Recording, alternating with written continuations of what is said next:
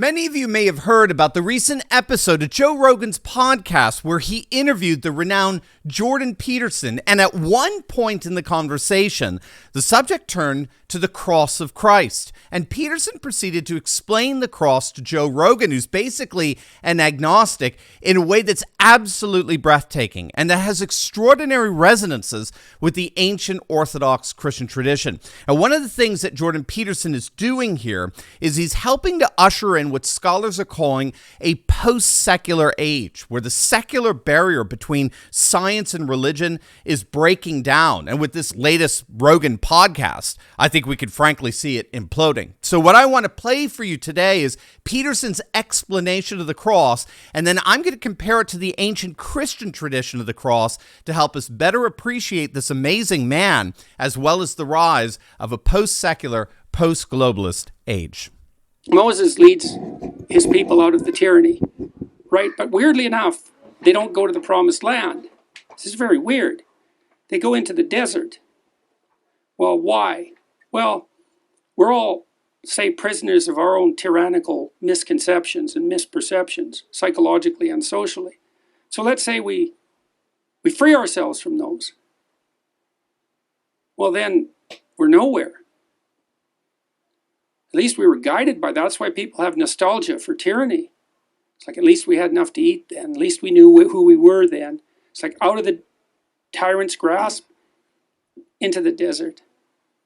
And so you think, why don't people want to challenge their own preconceptions? It's like, yeah, it's out of the tyranny into the desert. And the worse the tyranny, the worse the desert.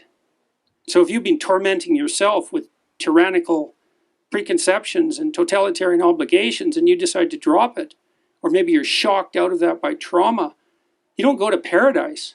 You go to the desert. Maybe that's even worse. So no wonder people don't do it. So now the Israelites are out in the desert. You think, why are they there for 40 years? And maybe it's because it takes 3 generations to recover from tyranny. You're in the desert, man. And so the Israelites start worshiping idols. It's ideology. It's the same thing. And that's why, because they don't have anything to orient themselves, because they're not tyrannized anymore, and they get all fractious and they fight with themselves. And Moses has to spend like all day judging their conflicts, because otherwise they're at each other's throats. And anyways, they turn to false idols.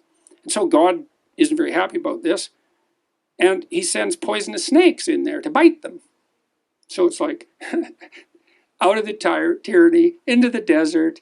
Now we're fractured by ideologies. Now the poisonous snakes come. And so the poisonous snakes are biting them and biting them and biting them. And they finally break down and go to Moses and say, look, you want to have a chat with God and get him to call off the damn snakes?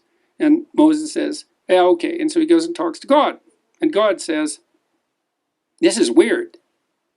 This is one of those impossibly weird stories. You think this is either insane or it's true, because that's the only options. It's not boring. It's not predictable. It's either insane or it's true. Okay. And maybe we could start by thinking it's insane, but whatever. Moses talks to God, and God could just call off the snakes, right? That's what you'd expect him to do, but that isn't what happens. He says, go make an image of a snake in bronze and make an image of a stick, like a staff, and put the snake on the staff and then stick it in the ground.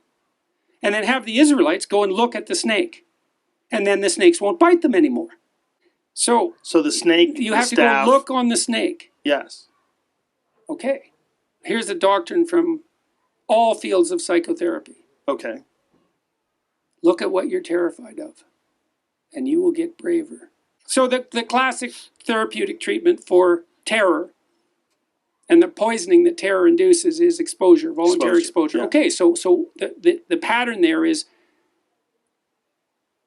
face what you're most afraid of, and right. You will be free. Okay. That makes sense. Voluntarily. Yeah. Now that's a doctrine of psychotherapy now. Right. Okay. So now that's weird. That's weird. So God doesn't chase away the snakes. He makes everyone braver. Okay, because that's better than being safe. Bravery is better than safety. It's a more reliable cure for terror. Okay, now, that's cool. But this is even more cool. In the Gospels, Christ says that he has to be lifted up like the serpent in the desert. You think, what the hell does that possibly mean? Because, well, that's a snake first on a stick.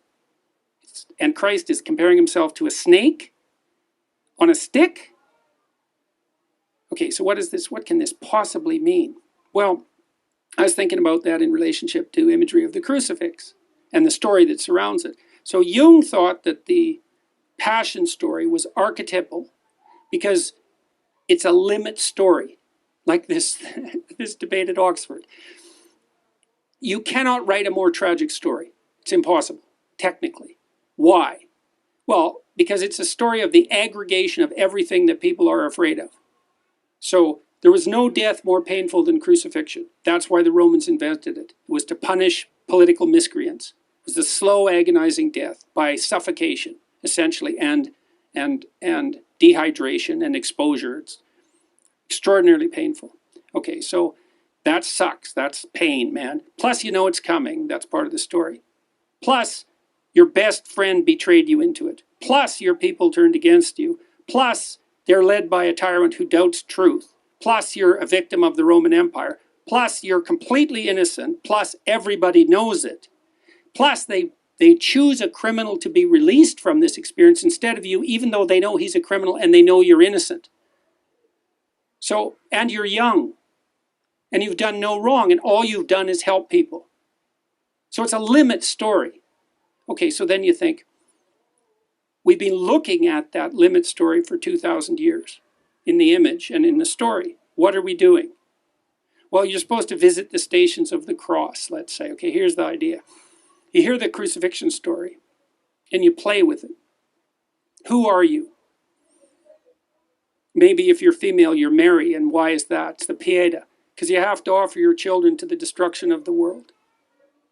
That's female courage. That's the mother that doesn't hold her child back. It's like, go out. To what? Eventually your death and destruction. Go out. Leave me. Be in the world. That's feminine courage, man, to let her baby go. You're Pilate. You doubt truth. But you'll go along with the crowd. You're Judas because you betray your best friend. You're the mob. You're the criminal. All of that, that's you. You look on all those things that you hate and are terrified by. That's not a snake. It's like the worst of all possible snakes everywhere. That's what you're looking at. And what do you see? You see death, you see destruction, pain, terror, tyranny, frailty, betrayal.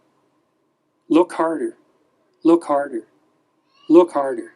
What do you see? The death and resurrection. You look far enough into the abyss, you see the light. Now, I think what Jordan Peterson is saying here about the bronze serpent, which is later identified in Scripture with the cross of Christ, it's so fascinating and has very deep resonance within the Christian tradition. This notion that we conquer our fears by facing them, or in Peterson's words, face what you're most afraid of and you'll be free. The best cure for terror is to stare into the face of what's most terrifying. Or in the case of the cross, we overcome the tragedies of our own lives by staring into the abyss of the ultimate tragedy through which we see light, which is the light of the resurrection.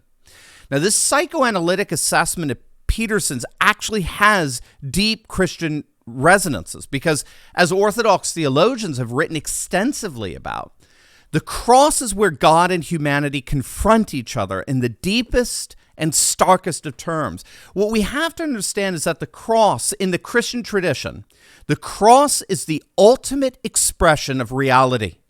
And that's because it's through the cross that humanity is revealed not for who we really are, but what we've really become in the fall, induced by the serpent. When Christ, who is absolute truth, comes into a world conquered and comprised of lies and power and manipulation and sin, in such a world, truth can only appear as crucified, by definition. When we stare at the cross, we're looking into a mirror, as Peterson points out. We're looking into a mirror that reveals what we've become in our sin and in our collective madness.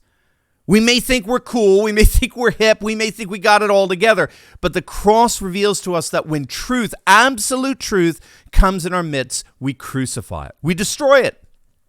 That's what we become, no matter how cool we may think we are. And there's the serpent. The serpent is us, as it were. We become the serpent who first appeared at the tree of the knowledge of good and evil, with that tree now being revealed through the wood of the cross. But then Peterson noted that there's light piercing through this darkness. You see, in that cruciform display of our madness and our violence, we suddenly realize that we're gazing into the face of a divine love that knows absolutely no bounds, no depths too low.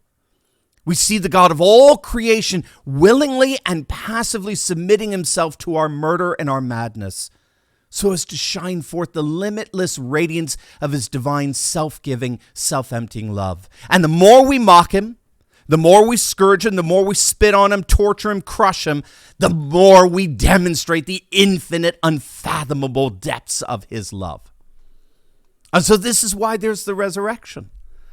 The resurrection is the glorious revelation that this love, that has by all appearances been conquered and extinguished by our sin on the cross, this love is in fact unconquerable and inextinguishable. The resurrection reveals for all to see that this love is ultimately unconquerable and inextinguishable. Infinite in its abundance, eternal in its life, which in turn awakens a comparable love within us and thus restores us back to paradise, back to where we were always meant to be. And so the Orthodox Christian tradition brings all of this together. Jonathan Peugeot does a great job with this. He notes that the serpent, it's first associated with the tree of the knowledge of good and evil, can be developed as both good and evil, like the knowledge of the tree itself. The serpent can most certainly be a symbol of evil, but it can also be seen as a manifestation of the good, as we see, for example, with the healing power, the bronze serpent with Moses in the wilderness, which is a healing power that resonates in the Greek medicinal tradition of the snake wrapped around the rod of Asclepius, right, which we use today as the symbol of our modern medicine. In fact, when Moses was first called by God, God turned his rod, his staff, into a snake that would later eat the evil snakes of Pharaoh's magicians.